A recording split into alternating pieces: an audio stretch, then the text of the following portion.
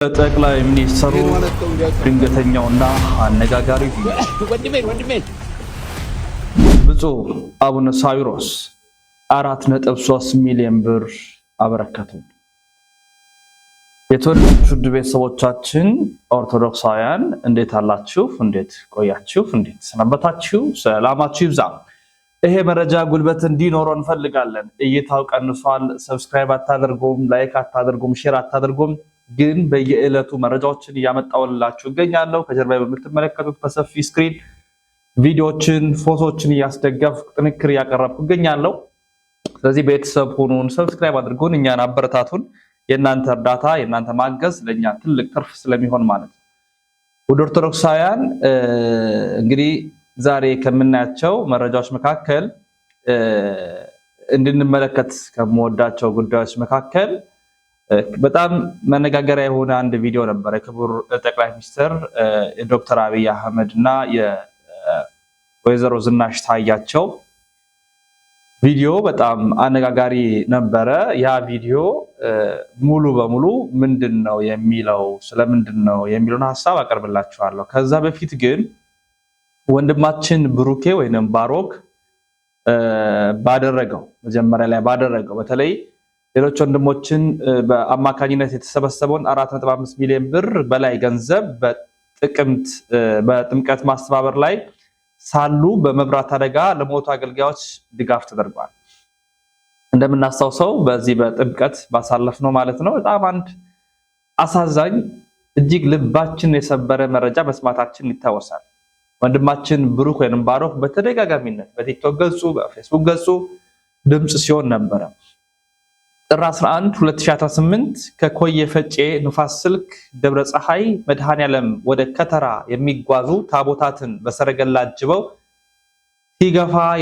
ሲገፉ የነበሩ 4 ወጣቶች በመብራት አደጋ ህይወታቸው ያለፈ መሆኑ የሚታወስ ሲሆን ለተጎጂ ቤተሰቦች በንግድ ባንክ እና አቢሲኒያ ባንክ በተከፈተ አካውንት በዋናነት በቲክቶከር ባሮክና ሌሎች አገልጋዮች አስተባባሪነት ከቀጥታ ስርጭት ከማህበራዊ ሚዲያ ልመናና በሌሎች መንገዶች አማካኝነት ከ4.5 ሚሊዮን ብር በላይ ገንዘብ ከማህበረ ምዕመናን የተሰባሰበ ሲሆን ለሟች ቤተሰብም 1 ሚሊዮን ብር በተናጠል የተሰጣቸው ሲሆን ጉዳት ለደረሰባቸውም እንግዲህ ድጋፍ እንደተደረገ ታውቋል። ብፁዕ አቡነ ሳዊሮስ ደግሞ ትልቁን ድርሻ እንደያዙ መረጃዎች ይጠቁማሉ። የመንበረ ፓትርያርክ ጠቅላይ ቤተ ክህነት ዋና ስራ አስኪያጅ ናቸው። ብፁዕ አቡነ ሳዊሮስ የደቡብ ምዕራብ ሸዋና የሸገር ከተማ ሀገረ ስብከት ሊቀ ጳጳስ ናቸው። ታዲያ ብፁዕነታቸው 4.5 ሚሊዮን ብር ድጋፍ ህይወታቸውን ላጡ ኦርቶዶክሳውያን ቤተሰቦች አበርክተዋል። ደስ ያሰኛል በእውነት። እንግዲህ አስቀድሜ እንደነገርኳችሁ በኮየ ፈጬ ደብረ ፀሐይ መድኃኔዓለም ቤተክርስቲያን ተገኝተው ለተጎጂ ቤተሰቦችን መጽናናትን አድርገዋል።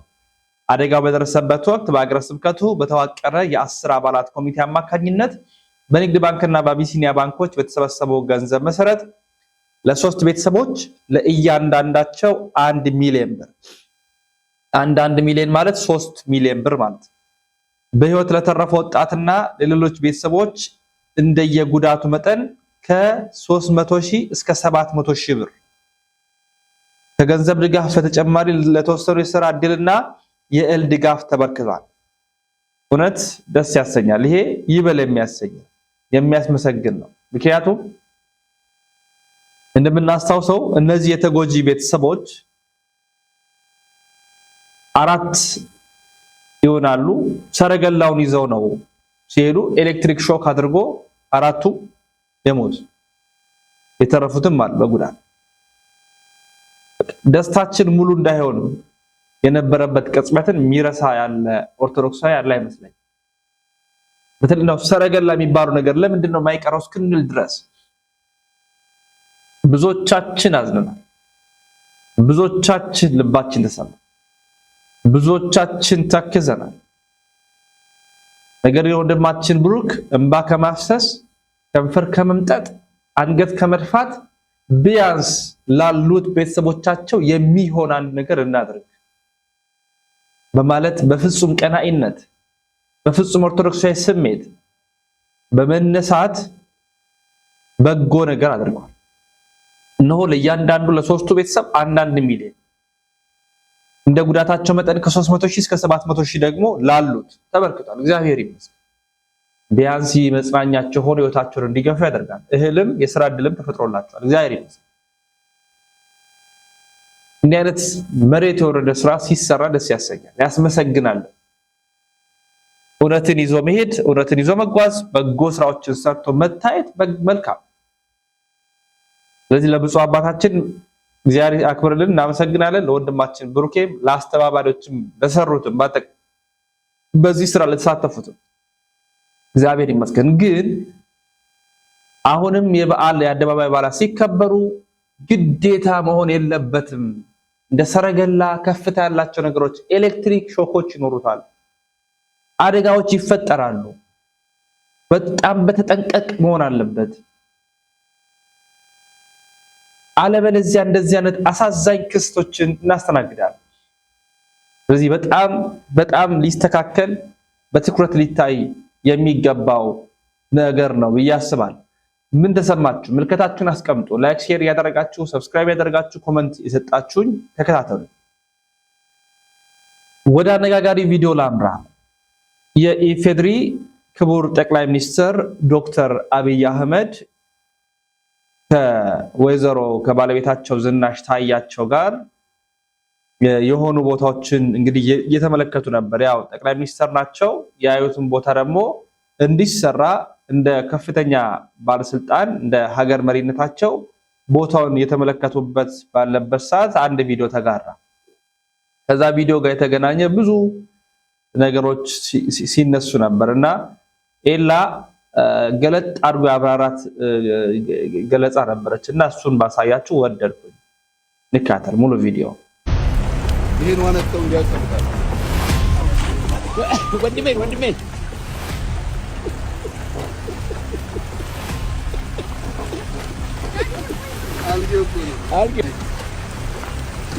አሁን የኔ ጥያቄ ጠቅላይ ሚኒስቴራችን ይሄንን ቪዲዮ ፈቅደው ነው የተለቀቀው ወይስ ደግሞ ካሜራማኑ ኤዲት ሳያረግ ዝም ብሎ እስኪ ህዝቡ ምን ይላል ብሎ ነው የለቀቀው? ይሄ ነው ጥያቄ።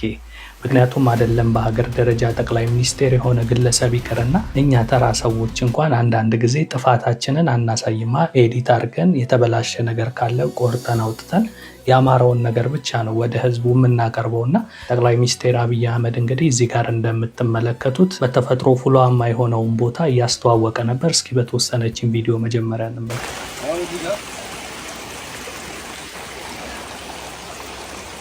ማየት ያለብን ነገር ለመቀመጥ የሚመች አሰራር የለውም፣ የቆሸሸ ነው። ውሃው ግን እንደምታየው ፍልውሃ ነው። ይሄ ፍልውሃ ነው። ይህንን ፍልውሃ ሰዎች በቀላሉ አክሰስ ማድረግ እንዲችሉ መጠቀም እንዲችሉ አድርገን ለመዋኘት እግራቸውን ገላቸውን ለመመታት ብናመቻችላቸው ለብዙ በሽታዎች ፈውስ ይሆናል። ውበትም አለው። ድንጋዩ እንደምታየው የተለየ ከለር ነው ያለው።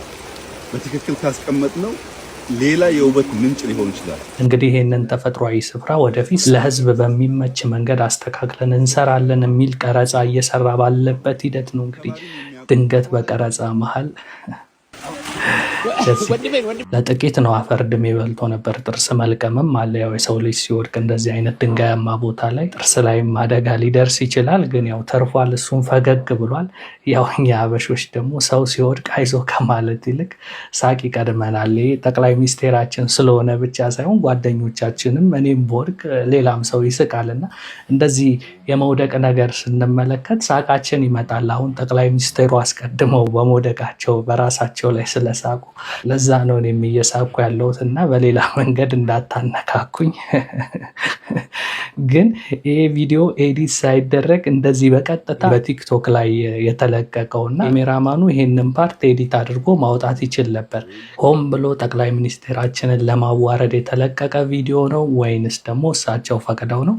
ይህንን ጥያቄ ብታውቁ አካላቶች ከስር ጻፉልኝ። ግን በአሁን ሰዓት በጣም አነጋጋሪ ቪዲዮ ሆኗል። እንግዲህ አንድ ሼር የሆነ ነገር ስለሆነ ነው እኔም እያጋራኋቸው ያለሁት።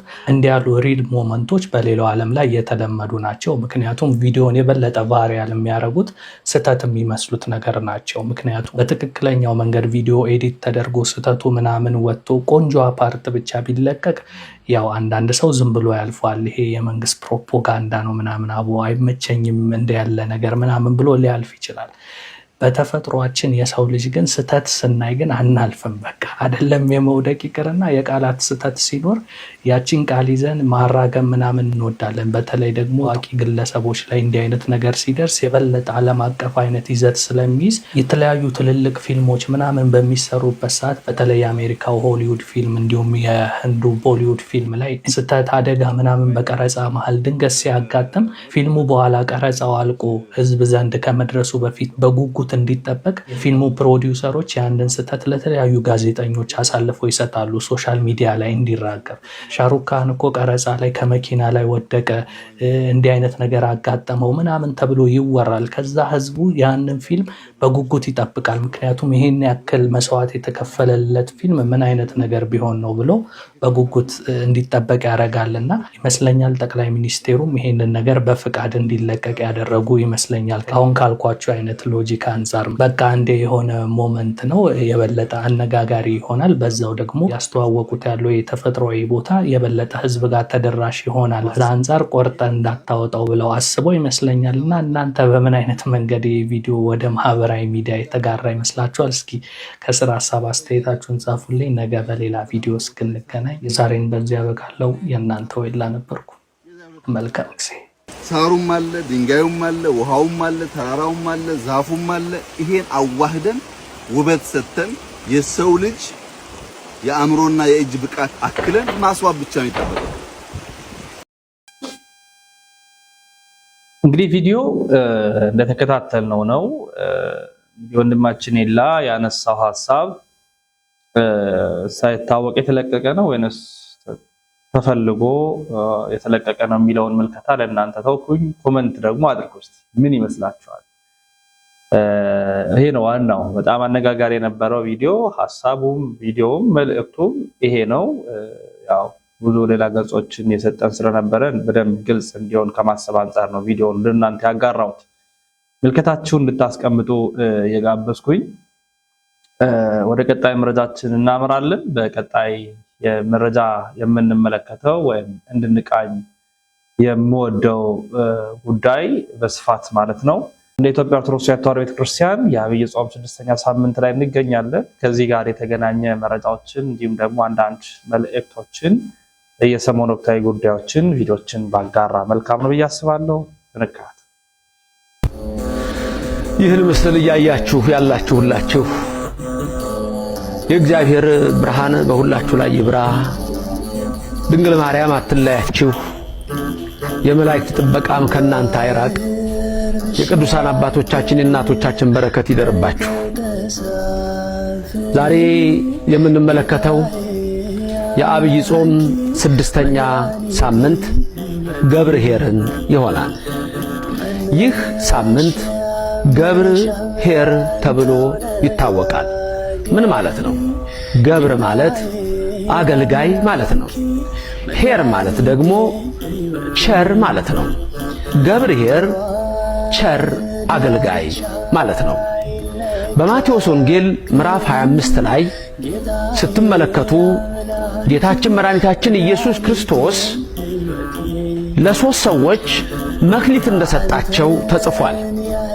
ለአንዱ 5 መክሊት ሰጠው፣ ለአንዱ 2 ሰጠው፣ ለአንዱ 1 ሰጠው። በባለጸጋ የመሰለው ራሱን ነው። ይህን ሰጣቸውና ከዛ በኋላ ሊቆጣጠራቸው መጣ ይላል።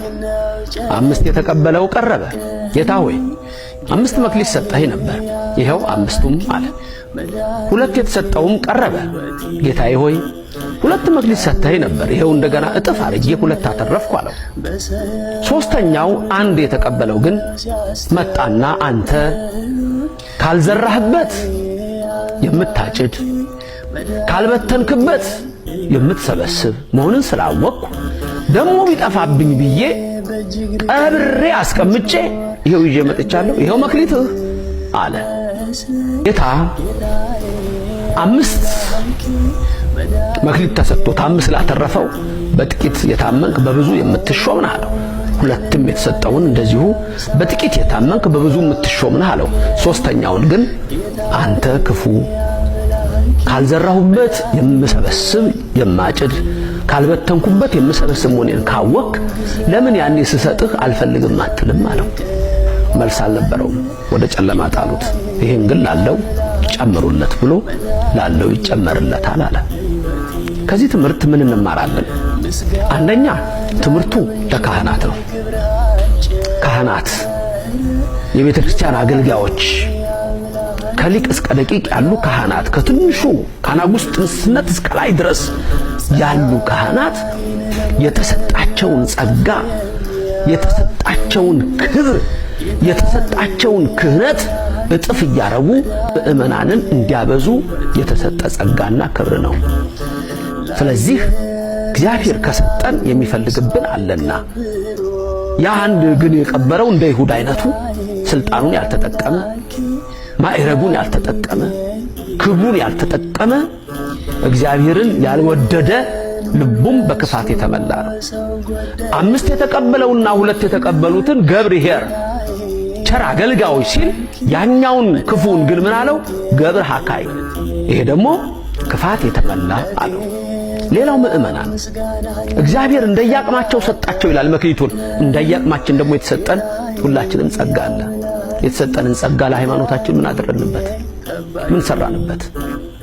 ዛሬ እያንዳንዱ በ80ና በ40 ቀን የተጠመቀ እና የተጠመቀች የክርስቶስ ልጆች በተሰጣችሁ ሃይማኖት ጸጋ ምን አረጋችሁ? በመክሊታችሁ ምን አረጋችሁ? ዛሬ ብዙዎች እየጠፉ ነው። ከእውነተኛይቱ እምነት እየወጡ ነው። ምን አረጋችሁ? መጀመሪያ ራሳችሁ እንዴት ጠበቃችሁ? ለእግዚአብሔርስ ምን ትርፍ ሰጣችሁ? ምን ትርፍ አላችሁ? የጾም ትርፍ አላችሁ? የጸሎት ትርፍ አላችሁ? የስግደት ትርፍ አላችሁ? የምጽዋት ትርፍ አላችሁ? እንዲያው እግዚአብሔር የሚፈልገው ይሄንን ነው። እግዚአብሔር የሚፈልገው ይህንን ክብር ነው። ስለዚህ የተሰጠንን መክሊት ይዘን እግዚአብሔር ከኛ የሚፈልገውን እጥፍ በረከት ሰጠን። በቀራንዮ አደባባይ ተጠማሁ ባለ ሰዓት የምንሰጠው መጠጥ ያስፈልጋል። ያም የጽድቅ ሥራ ነው።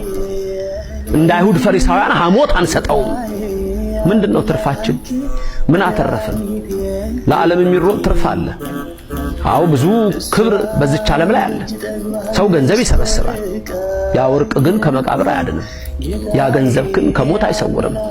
ከሞት የሚሰውር ከመቃብር የሚያወጣ በቀኙ የሚያቆም ግን እግዚአብሔር የሰጠንን ክብር አውቀን በዛ ፍሬ ስናፈራ ነው። ስለዚህ መልካም አገልጋይ፣ መልካም ልጄ ተብለን እንድንጠራ እግዚአብሔር የሰጠንን እንጠብቅ። ይህ 6ኛው ሳምንት ገብርኄር ተብሎ ይጠራል።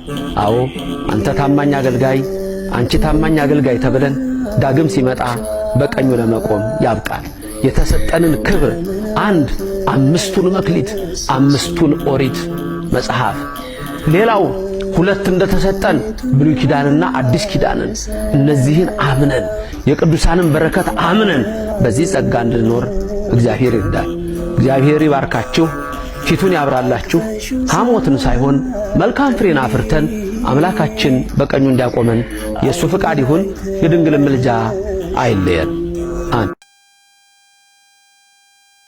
የዛሬ መረጃዎቻችን ይህን ይመስላሉ። በሌሎች መረጃዎች እንመለሳለን። እስከዚያው